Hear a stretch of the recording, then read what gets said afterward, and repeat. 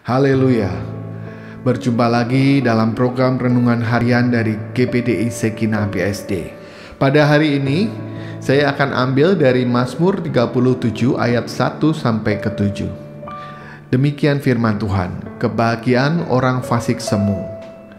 Dari Daud, jangan marah karena orang yang berbuat jahat, jangan iri hati kepada orang yang berbuat curang.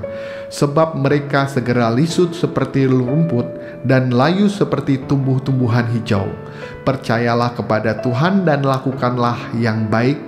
Diamlah di negeri dan berlakulah setia. Dan bergembiralah karena Tuhan, maka Ia akan memberikan kepadamu apa yang diinginkan hatimu. Serahkanlah hidupmu kepada Tuhan dan percayalah kepadanya, dan Ia akan bertindak. Ia akan memunculkan kebenaranmu seperti terang dan hakmu seperti siang. Berdiam dirilah di hadapan Tuhan dan nantikanlah Dia.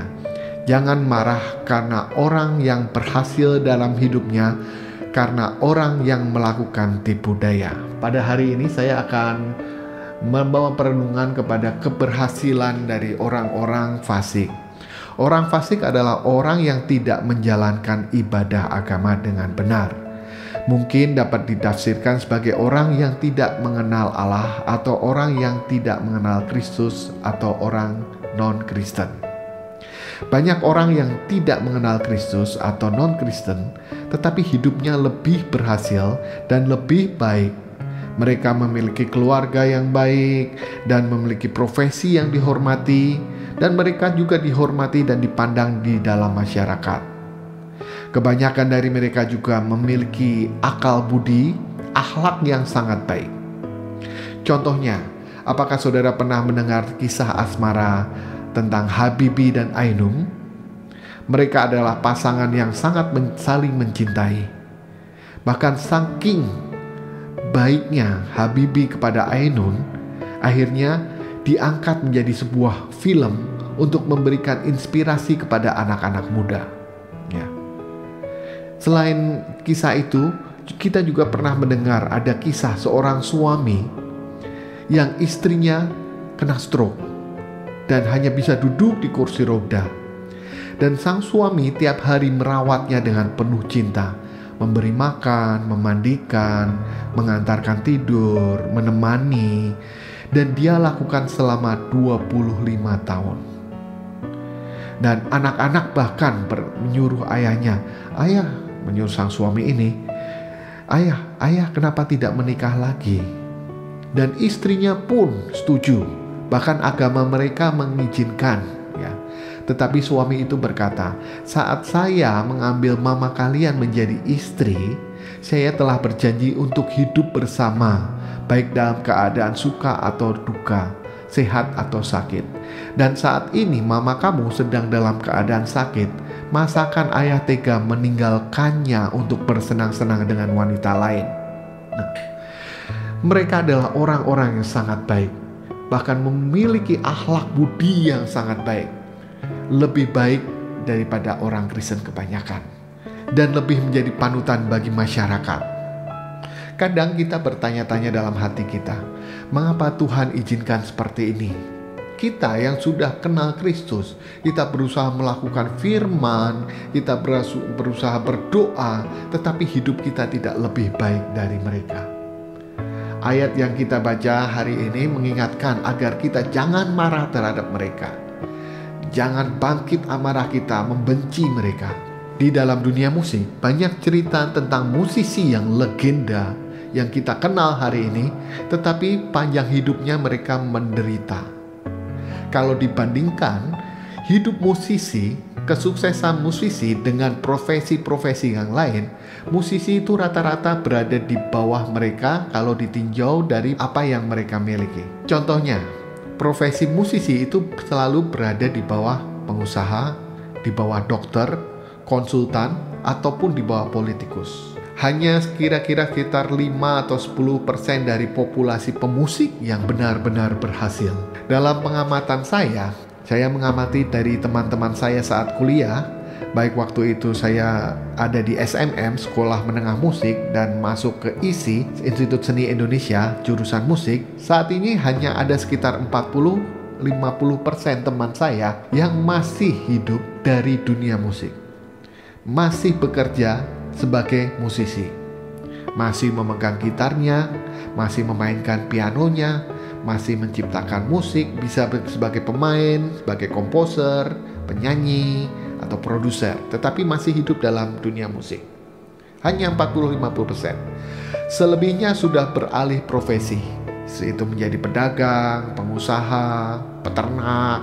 Dan dari 50%, 40-50% yang teman-teman saya yang masih di dalam dunia musik, itu pun hanya kira-kira 5% yang benar-benar berhasil dapat hidup mandiri. Kalau kita ditinjau dari sejarah musik, banyak sekali musisi-musisi terkenal yang menderita dalam hidupnya. Bahkan saat mereka hidup, mereka belum terkenal. Seperti Beethoven. Beethoven meninggal dalam kemiskinan. Dia tuli dan sakit, meninggal dalam kesunyian.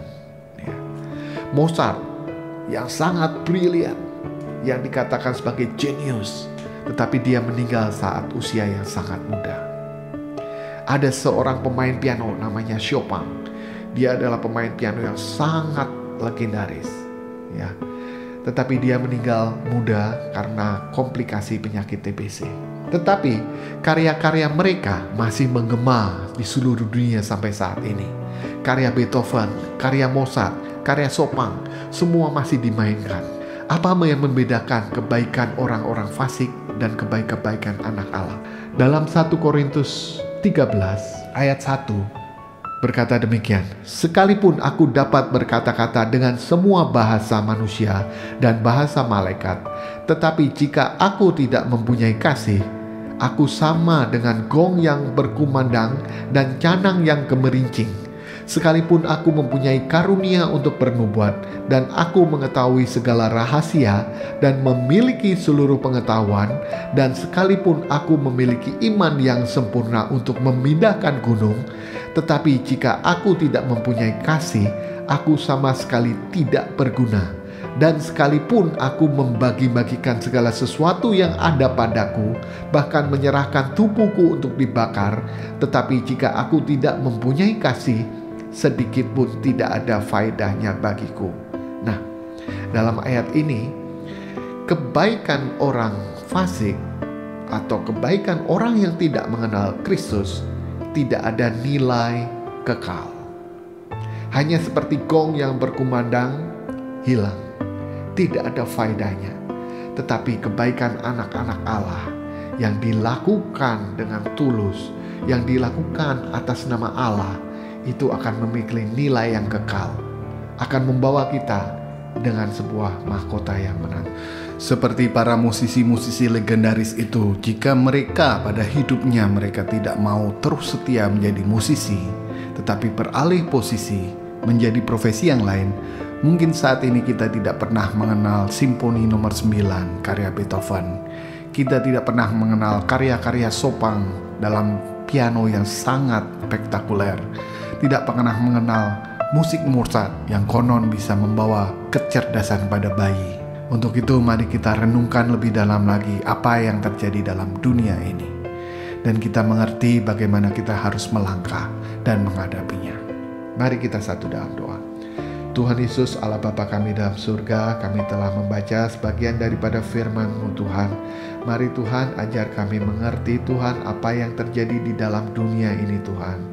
Mengapa orang-orang yang tidak mengenal Engkau seperti hidup dalam kelimpahan, hidup dalam terberkati Tuhan, tetapi kami hidup dalam kesusahan, hidup dalam kemurungan Tuhan. Mari Tuhan beri pengertian kepada kami bahwa hidup kami ini adalah untuk Engkau Tuhan.